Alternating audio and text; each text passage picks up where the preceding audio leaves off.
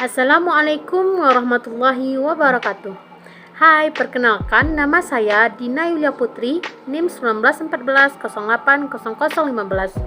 Saya mahasiswa jurusan Tadris IPA Fisika A, Universitas Islam Negeri Imam Bonjol Padang.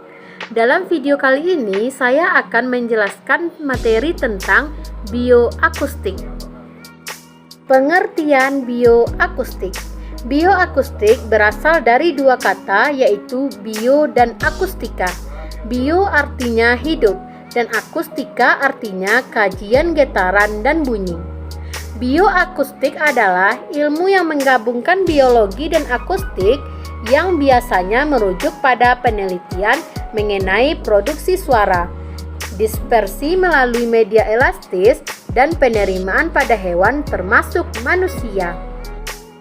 Kecepatan bunyi pada berbagai medium. Bunyi dapat merambat dalam berbagai medium, misalnya udara, zat, cair, dan zat padat untuk sampai ke telinga kita. Medium dan cepat rambat bunyinya dapat dilihat pada gambar ya. Konsep-konsep gelombang bunyi yang mempengaruhi proses mendengar pada makhluk hidup atau manusia. Unsur-unsur bunyi ada 3. Yang pertama, tinggi nada bunyi. Yang kedua, kuat bunyi. Dan yang ketiga, warna bunyi.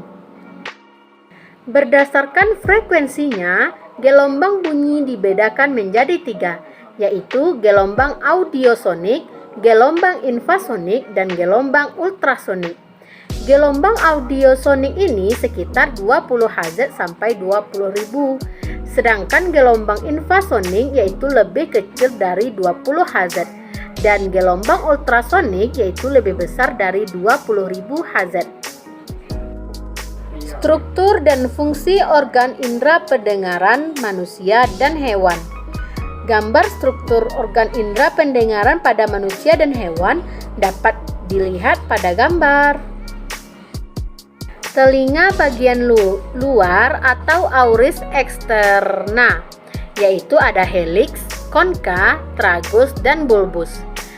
Telinga bagian dalam dilihat dari segi anatomi. Telinga bagian dalam terdapat serambi atau vertibul, saluran-saluran gelung atau kanalis semicircularis, dan rumah sifut atau cochlea. Bagian telinga bagian tengah ini atau auris media yaitu tulang sangurdi, tulang landasan, tulang martil, dan gendong telinga, serta saluran eutasius. Untuk lebih jelasnya mungkin bisa dilihat di gambar. Proses pendengaran manusia. Proses pendengaran manusia pertama dimulai dari daun telinga. Proses kedua, suara yang masuk melalui lubang telinga diterima oleh gendang telinga. Proses ketiga, di dalam cochlea atau rumah sifut terdapat hersel yang bergetar. Akibat suara dan getarannya menghasilkan getaran listrik yang dihasilkan dari energi kinestetik. Sehingga aliran listrik itu menjadikan sinyal yang menyalurkan ke otak yang dialiri oleh syaraf pendengaran.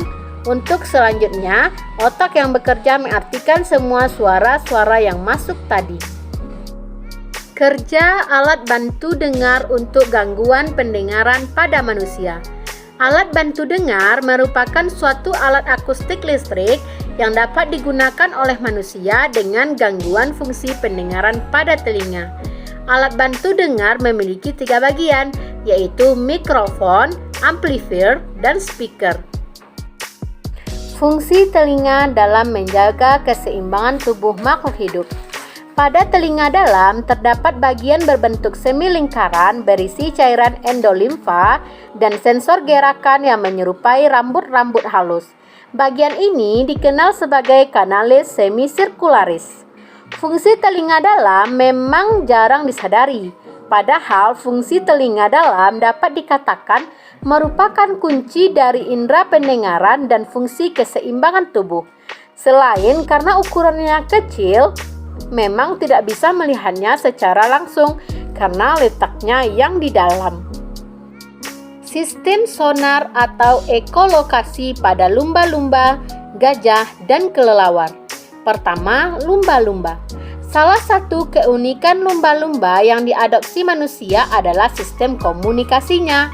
Mamalia laut ini memiliki sistem komunikasi yang menggunakan suara sonar. Sistem ini digunakan oleh lumba-lumba sebagai alat navigasi yang disebut ekolokasi. Kedua, gajah. Gajah bisa merasakan datangnya badai. Dengan telinganya yang besar, gajah mampu mendengar suara berkumpulnya awan sebelum hujan. Yang ketiga, kelelawar. Kelelawar banyak dijumpai di gua yang sangat gelap. Untuk dapat terbang dengan arah yang benar, kelelawar menggunakan sistem sonar. Kelelawar biasa berterbangan di tempat-tempat yang terpencil. Kerja sistem sonar yang digunakan pada radar atau alat-alat yang terinspirasi dari sistem sonar makhluk hidup. Pertama, ultrasonografi. Kedua, gelombang ultrasonik digunakan untuk mendeteksi adanya penyakit pada manusia. Yang ketiga, menghitung jarak kedalaman dasar lautan.